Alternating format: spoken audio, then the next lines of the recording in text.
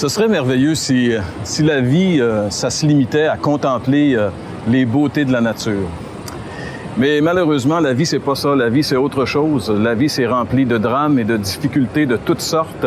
Pendant que nous, on est devant ce merveilleux décor, il y a des gens qui sont à l'hôpital, malades, en train de mourir. Il y a des gens qui croupissent en prison. Il y a des gens qui sont dans toutes sortes de problèmes et toutes sortes de difficultés. Parce que la vie, malheureusement, est remplie de difficultés. Et peut-être une des pires calamités qui puisse arriver à quelqu'un, c'est une rupture de relation. Je me rappelle, pendant des années, j'ai visité un monsieur âgé, un monsieur qui terminait sa vie finalement. Et les 6 ou 7 dernières années, je le visitais régulièrement, à raison peut-être de 1 ou 2 fois par semaine. Et 6 ou 7 ans avant de mourir, finalement, il a eu une rupture de relation avec un de ses fils. Et à chaque fois que je l'ai visité, à chaque fois pendant ces années, la première chose dont il me parlait, c'était de son fils. Il y avait en lui quelque chose de brisé suite à cette rupture de relation. Et finalement, il a fait une crise cardiaque, on l'a transporté à l'hôpital. Je suis allé le visiter, il était aux soins intensifs et je suis allé très tôt le matin, je me rappelle. Et quand je l'ai vu sur son lit, son visage était radieux, il était changé. Et la première chose qu'il m'a dit, c'était que la veille, son fils était venu le visiter.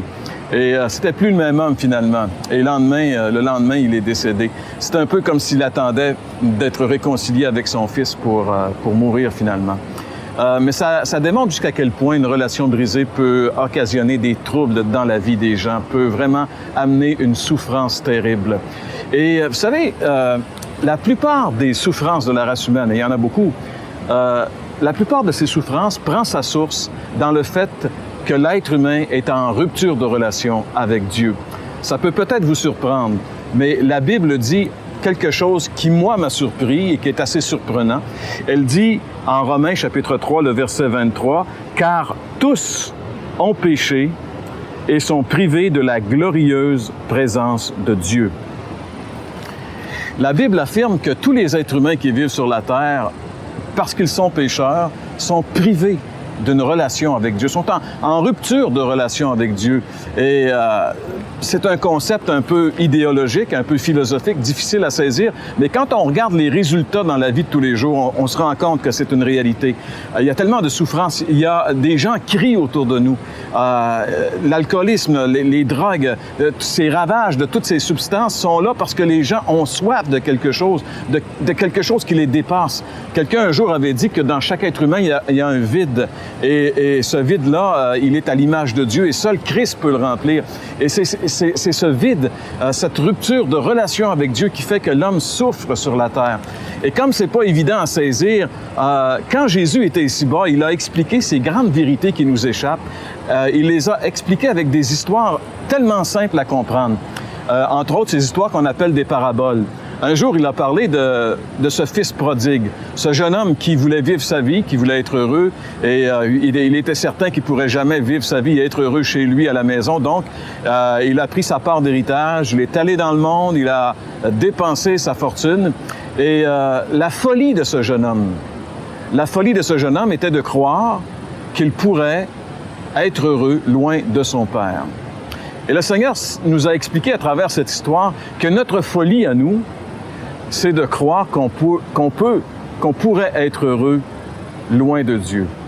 Et malheureusement, c'est une folie de croire cela. Et la folie, ça n'amène jamais du résultat formidable dans la vie.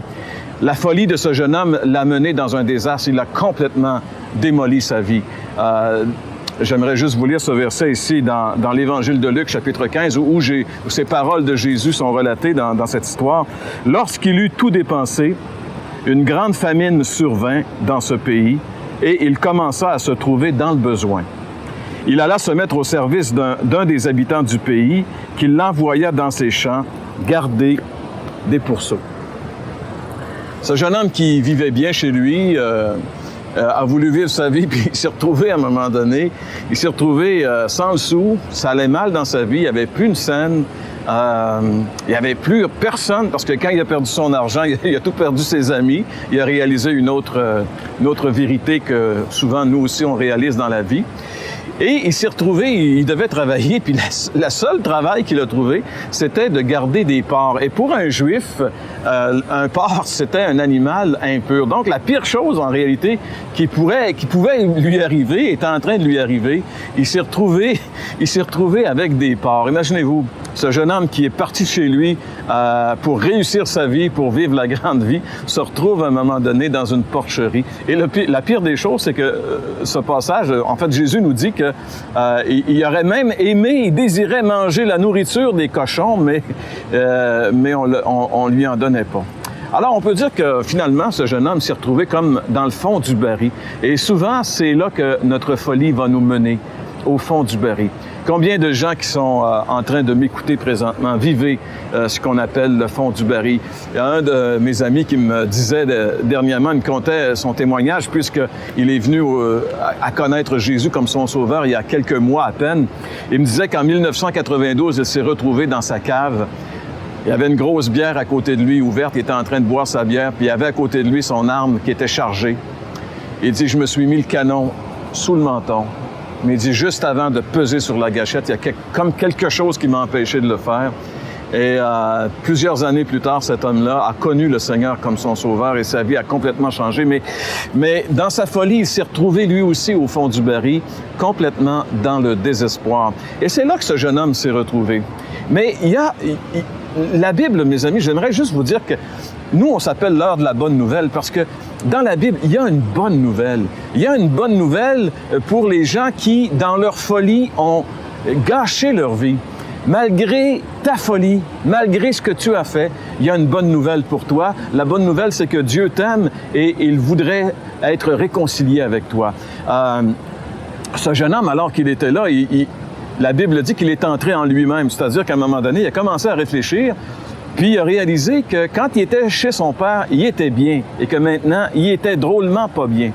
Alors, il a dit, je vais retourner chez mon père. Je vais lui dire, écoute, mon père, j'ai fait une gaffe, j'ai vraiment pas fait la chose que je l'aurais dû faire.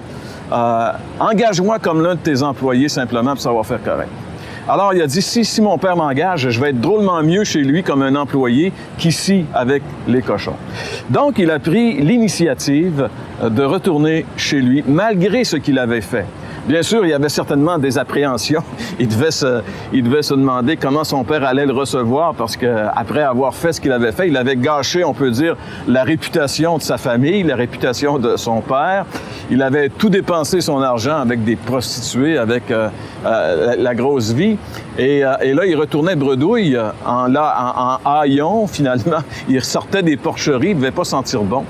Et il s'en allait chez son père. Et la chose la plus spectaculaire qu'on retrouve dans cette histoire, c'est que Jésus nous dit que son père, lorsqu'il l'a vu de loin, et si son père l'a vu de loin, on peut gager que son père l'attendait, que chaque jour son père se tenait et regardait à l'horizon s'il ne verrait pas son fils revenir à un moment donné. Dieu nous attend. Dieu nous attend les bras ouverts. Et ce qui est extraordinaire, c'est que quand ce jeune homme est arrivé chez son père est parti à la course vers lui. Il a couru vers lui. Il était tellement heureux de le retrouver enfin. Et il s'est jeté dans ses bras et ça a été une réconciliation incroyable. Autant il y avait eu de la peine de perdre son fils, autant maintenant il y avait une joie. Et ça va se terminer par une fête. L'histoire se termine par une grande fête que ce père va faire en l'honneur de son fils, parce que son fils qui était perdu a été retrouvé, son fils qui était mort est vivant et son fils qui était parti est maintenant revenu. Jésus nous a expliqué, a conté cette petite histoire simplement pour nous dire que peu importe où nous sommes rendus dans notre existence, on a voulu vivre notre vie sans Dieu, ça a été notre folie. Bien, malgré notre folie, si on veut retourner à Dieu, il est prêt à nous reprendre les bras ouverts. Ses bras se sont ouverts sur la croix du Calvaire il y a 2000 ans. Lorsque Jésus a pris mes péchés, vos péchés, tous nos manquements, toutes nos folies, Jésus en a été comme coupable. Il les a pris sur lui afin que nous, on puisse être complètement réconciliés avec Dieu.